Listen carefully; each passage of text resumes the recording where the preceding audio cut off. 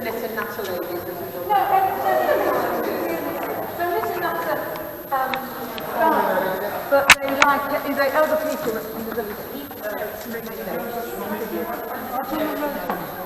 No, not yet. Like they're coming.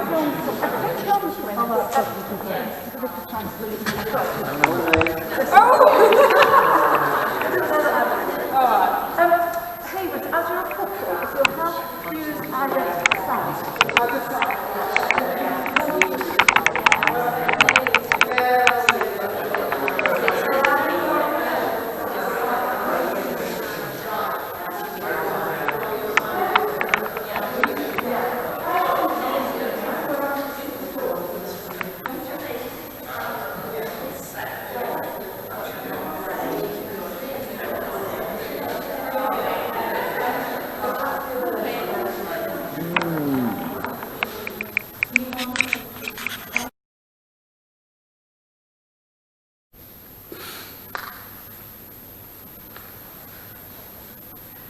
You will be enriched in every way for your great generosity.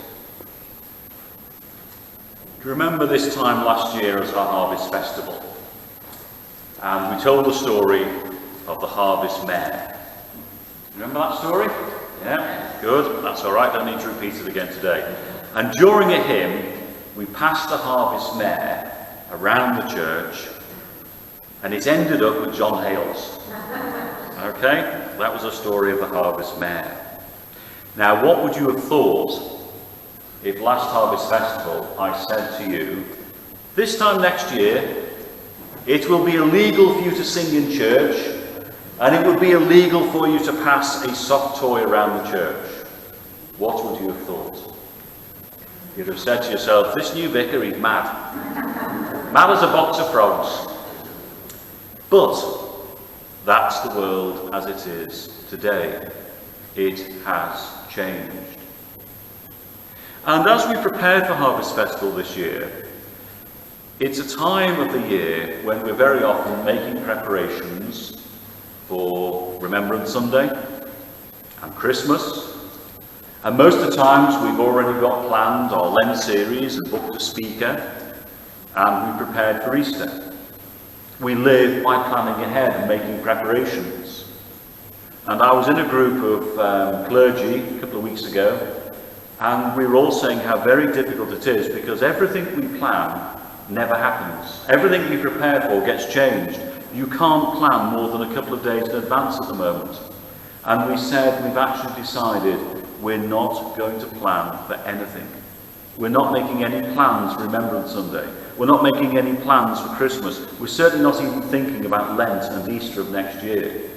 We're learning to live in the present and adapting to how things are today and tomorrow. And beyond that, we simply don't know. We have been humbled, because it's taught us that all our plans and our preparations, all our thinking, they count for nothing when the world changes, and we are humbled because we are not in such control as we thought we were. And that is a difficult lesson and a hard experience. Now, I don't know about you, but I've read this parable of the rich farmer many, many times, and it's a hard parable because, of course, it is exactly how we live our lives today. We're taught to be sensible, to save our pennies and invest them for a rainy day. We're taught to make sure we've got some money in the bank put aside. We're taught to steward our resources, and that's what we do. I was out the other day, and I went and I gathered sloes, and then we went and bought all the gin we could, and we put the sloes in the gin, and all dotted around the vicarage are bottles of sloe gin, steadily preparing for some future occasion. But of course, that's working on the assumption we shall be there to drink them. And we just don't know. We have been humbled. We've learned a lesson in this. And there's a contrast between the story of this farmer who hoarded everything together and our first reading, when St. Paul says, you will be enriched in every way for your generosity. And that reminds me of a story I was told the other day, and it's a story worth repeating. You probably know it, but don't shout out the ending if you do. And it's the story of a farmer who one year went into his corn and he looked at the crop, and it had been a marvellous weather conditions for corn, and the soil was just right, and the seed he'd got was obviously very good seed, and the corn harvest was the best he'd ever had, and he was really pleased. And he gathered his harvest in, and he thought, I'm going to show this at the county show. So off he went, and he put his corn on display, and he won every prize going, and his neighbours all came and congratulated him. They were really pleased for him. And the week after the county show, he went round, he got his tractor out, and he put the trailer on the back, and he loaded up the trailer with the seed of the corn he'd harvested. And he went round all his neighbours, and he gave them a bag of that seed, and said, this is my prize-winning corn, have a bag of it. And they were amazed.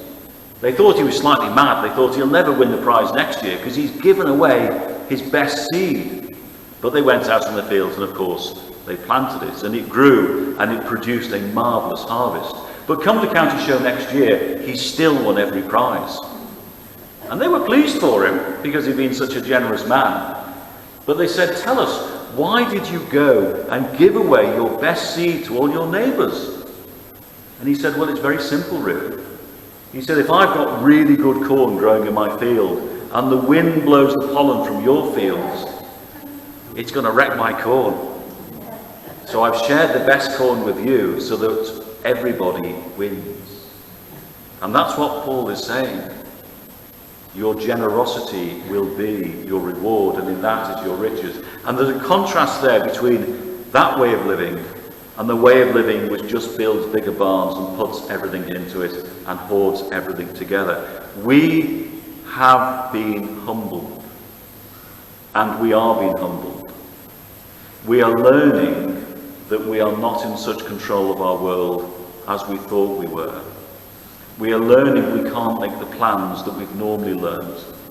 And out of that, I think, we need to emerge different. I certainly hope the church will emerge differently. I hope we will learn to be a church which doesn't have to plan ahead and be in control quite so much, because in reality, we're not.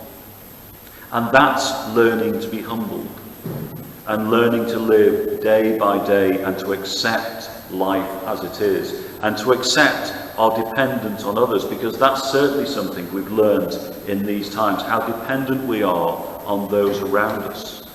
And certainly as a society, how dependent we are on those who are often paid the least. It's not the high flyers who are getting us out of this mess. It is the people who are often paid the least who are bearing the burden of this current situation. We are being humbled. And in the sight of God, it is no bad thing for us to become a humbler people. A people willing to acknowledge our dependence on others.